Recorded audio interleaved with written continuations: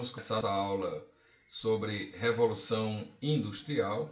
Claro que para entender o processo de Revolução Industrial, a gente vai precisar falar, entre outras coisas, né? Como é que esse processo começou, quais são suas fases, quais foram as causas sobre os operários, que impactos nós temos a nível, primeiro da Inglaterra e depois a nível global desse processo de Revolução Industrial. Então a gente vai fazer esse primeiro caminhar. Na aula seguinte, que nós vamos ter dentro desse capítulo, nós vamos trabalhar também, né, os modelos de reação operária, o ludismo, né, o cartismo, as trade unions. Vamos falar dos movimentos socialistas que surgiram no período, primeiro o socialismo utópico, depois o socialismo científico, o anarquismo, né, e o socialismo cristão. Dentro dessa visão, a gente, claro, precisa entender primeiro o que foi a Revolução Industrial, né? De que maneira a Revolução Industrial impactou na vida das pessoas, não só, repito, do ponto de vista social, mas também do ponto de vista econômico. Então, para entender o processo, a gente começa chamando o nome. Quando a gente fala na palavra revolução, é preciso que você entenda que revolução é algo que transforma drasticamente, sob o ponto de vista social, político e econômico. Então, para a gente usar o termo revolução, né, vamos primeiro fazer esse caminhar. Né? O que é uma revolução? Né?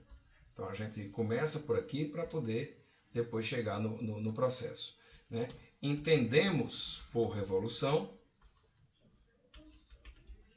uma mudança profunda através de uma ruptura, tá? Tem que haver uma mudança, saio daqui para cá, através de uma ruptura que atinge os setores social, político e econômico.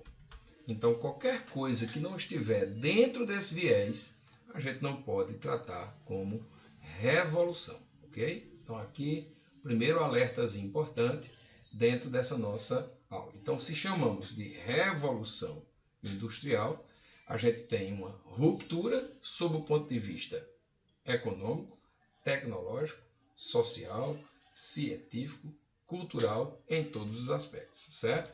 Então, dentro desse viés, leva à substituição de ferramentas manuais pela máquina, né, da energia humana pela energia motriz, ou seja, a energia das máquinas, do modo de produção antes doméstico, né, ou como a gente também chama de artesanal, para o sistema fabril, ou seja, para o modelo das fábricas. Então, tivemos uma evolução na produção, certo? Segundo aspecto importante que a gente vai levantando aqui à medida que vamos fazendo nossa aula. Então, nós temos um caminhar que começou pelo artesanato. E o que danado era esse artesanato? Produção à mão, sem hora controlada, sem preço estabelecido, sem produção comprometida, onde as ferramentas, o talento, todo o processo estava na mão do artesão, ou seja, não havia uma interferência de um terceiro, para um segundo momento. E aí a gente vai para o segundo momento. Qual é o segundo momento? Mudamos para a manufatura. Ah, mas não é a mão do mesmo jeito? Sim, só que agora você tem a interferência de uma produção em local específico, onde alguém com capital financeiro vai estabelecer certa criação de uma fábrica, e onde pessoas usando o seu talento manual, por isso manufatura, né, fabricação com as mãos, vai desenvolver essa produção, agora com horário, com divisão do trabalho, com valor estabelecido, até chegarmos na famosa maquinofatura, ou seja, a produção agora deixa de exercer a necessidade de um talento e a máquina substitui. Então, já temos aqui, dentro desse processo, esses dois elementos importantes.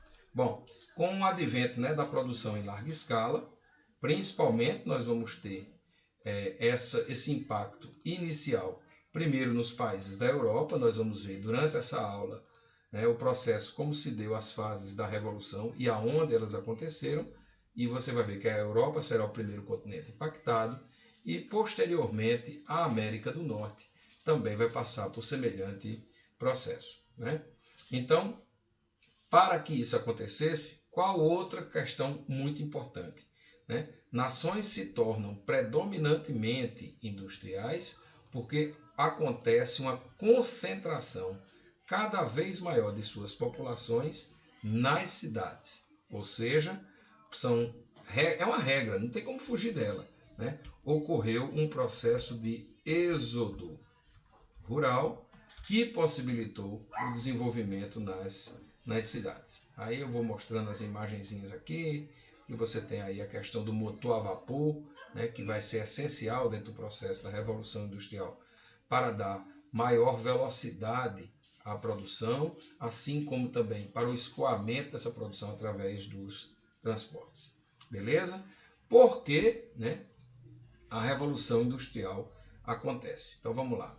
Primeira coisa, nós vivenciamos com o fim da Idade Média um período chamado de grandes navegações. E essas grandes navegações acabaram expandindo o processo, certo, comercial internacional, né, entre os séculos 16 e 17, e aí a gente vai botar exatamente aqui com essa expansão as grandes navegações e a implantação do modelo mercantilista, né, que é aquela da produção, tal, de exportar mais do que importar, garantir exclusividade de mercados e todas aquelas coisas que já estudamos, né? Isso vai fazer com que uma classe social enriqueça bastante, né? Lembrar que a burguesia, ela primeiro se tornou poderosa economicamente para depois se estabelecer politicamente, né? Por isso vinham as chamadas revoluções burguesas, né? E que essa acumulação de capital, ela vai ser capaz de se transformar, né, em progresso técnico e, consequentemente, em uma nova visão de mercado. Então, não teria acontecido a Revolução Industrial, certo, sem que houvesse uma regra básica, né? Então, a regra, né, do crescimento econômico desse período, a gente pode estabelecer ele de que forma? Veja que eu estou sempre chamando atenção a conteúdos que a gente já trabalhou dentro desse processo. Nós tivemos grandes navegações que possibilitaram abertura de mercados, né, circulação de mercadorias, né, acumulação de riquezas, né, e novas formas de produção. Então, é uma regrazinha que sem ela a gente não estabelece esse ciclo, tá certo? Então, vamos sempre dando umas diquinhas aqui para você entender melhor a Revolução Industrial, que é muito explorada dentro do conteúdo de geografia, mas a gente aqui faz uma visão mais histórica do processo, tá joia? Então, vamos lá. Bom, essa burguesia enriquecida, né, passa principalmente a incentivar o desenvolvimento científico. E por que a burguesia precisa de incentivar o desenvolvimento científico? Porque ela sabe que quanto mais ela estimular esse desenvolvimento, mais técnicas novas e mais resultados virão para que ela possa produzir ainda mais. E aí vão surgir máquinas, né, e invenções que vão permitir com que a indústria se estabeleça de forma mais rápida, né, mais lucrativa e mais eficiente, né? Então, a obtenção da maior produtividade com maior lucro é uma máxima, né, dentro do sistema capitalista. Beleza? Então, fizemos esse primeiro apanhado para entender o que é a revolução, quais foram os caminhos que essa revolução, por onde ela percorreu até que chegasse nela, e agora vamos ver em que fases essa revolução se organiza, né? Primeiro, a gente sabe que a Inglaterra, né, foi a fábrica do mundo.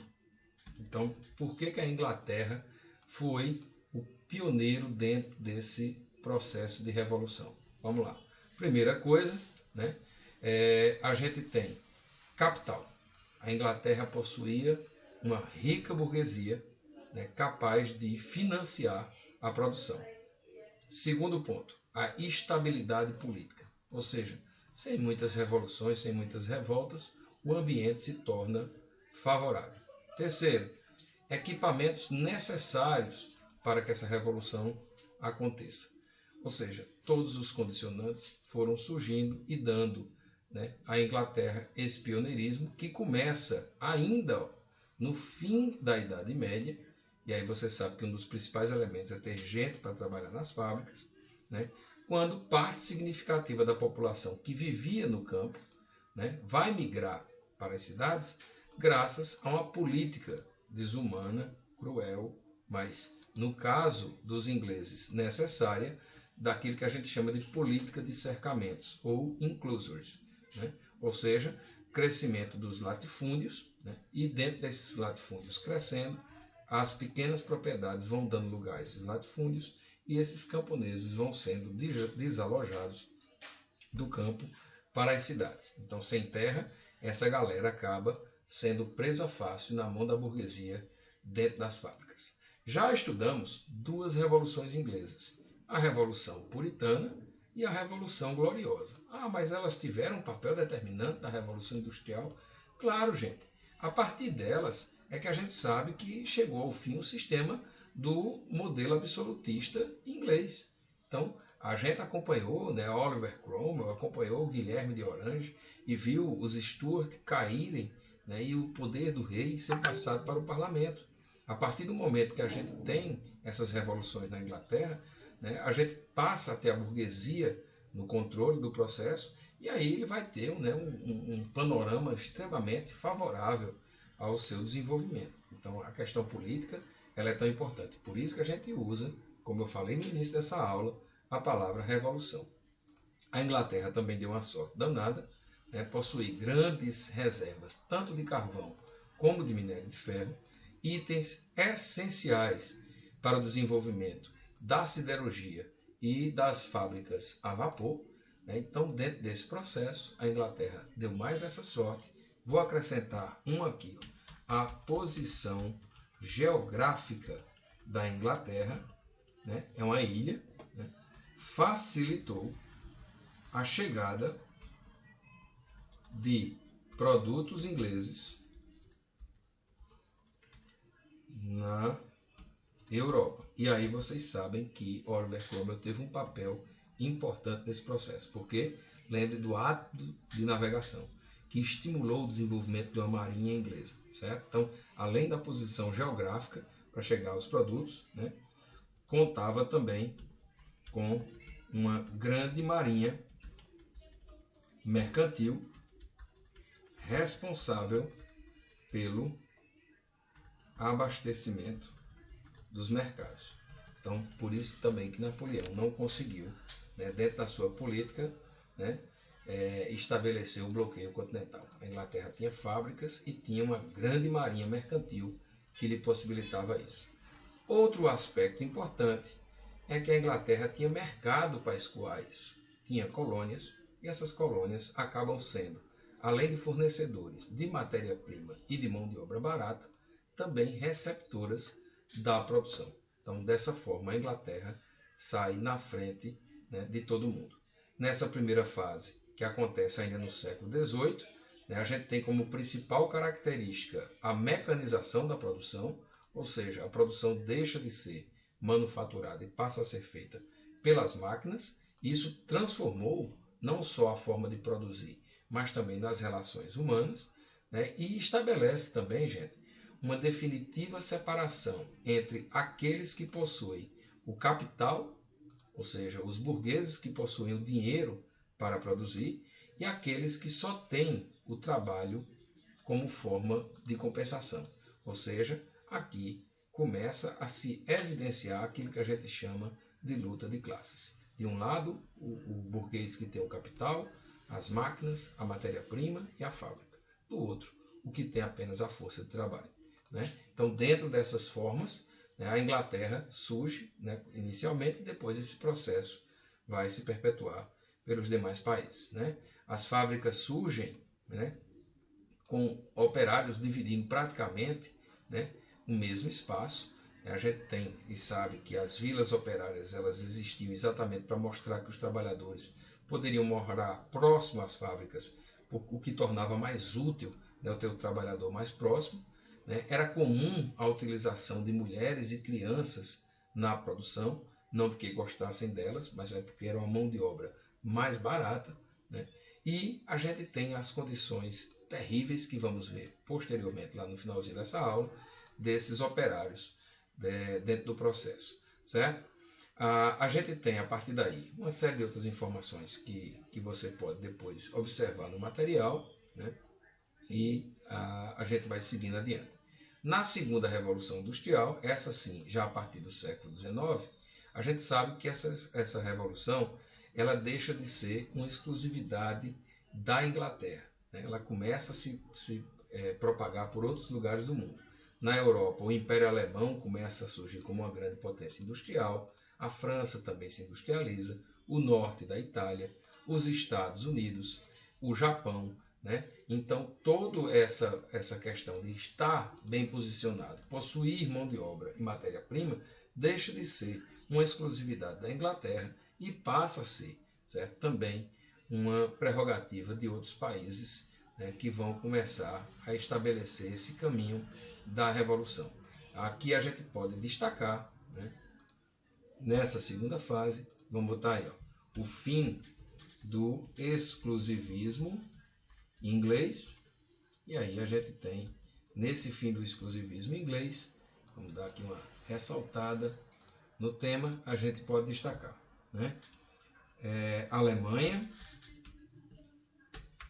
Itália, foi mais a região norte, França, Estados Unidos e Japão vão aparecer aí na competição, principalmente a partir do século XIX, na segunda fase da Revolução Industrial.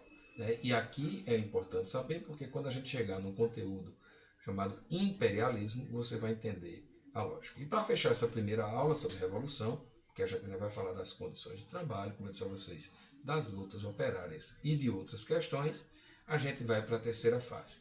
Essa sim é uma fase bem mais complexa, né? Quando a gente tem o desenvolvimento industrial chegando ao seu ápice, né? Muitos já falam que nós vivemos uma nova revolução, falam aí em mundo 4.0, né? Em revolução 4.0, mais ou menos em meados da década de 50, nós temos uma evolução significativa, não só da química fina, mas principalmente da eletrônica, né? Que vai possibilitar uma automação e uma informatização gigantesca, né? Dentro das fábricas, dentro do processo de produção. A mão de obra humana começa a ser cada vez mais dispensável com essa robotização da produção, né? Máquinas fazendo o papel entre o homem, né? O produtor, o dono da fábrica e o mercado, né? E nós temos aqui, né, o trabalhador tendo suas relações cada vez mais precarizadas. Vivemos o tempo da velocidade, do hiperconsumo e de uma sociedade nova que se transforma a partir do século XX. Então, dentro dessas características e até essa aula, a gente fecha exatamente nas fases da Revolução como uma questão importantíssima, certo? Para a gente entender esse processo. Só repetindo, né? 1, 2, 3 fases da Revolução, o porquê dessa Revolução ter acontecido primeiro na Inglaterra e entender que, né, existe um fator chamado revolução e que a gente precisa compreender como isso acontece. Tá joia? Nos encontramos na sequência com a parte mais da sociedade, dos impactos, das lutas, né, e das mobilizações em torno dessa revolução industrial. Valeu? Um abraço para todos.